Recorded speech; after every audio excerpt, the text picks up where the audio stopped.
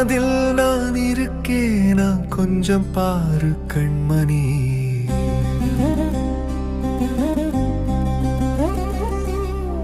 ஊனழகின் ரகசியமே வெளிர் மஞ்சளிலா சொல்லு மின்மினியே.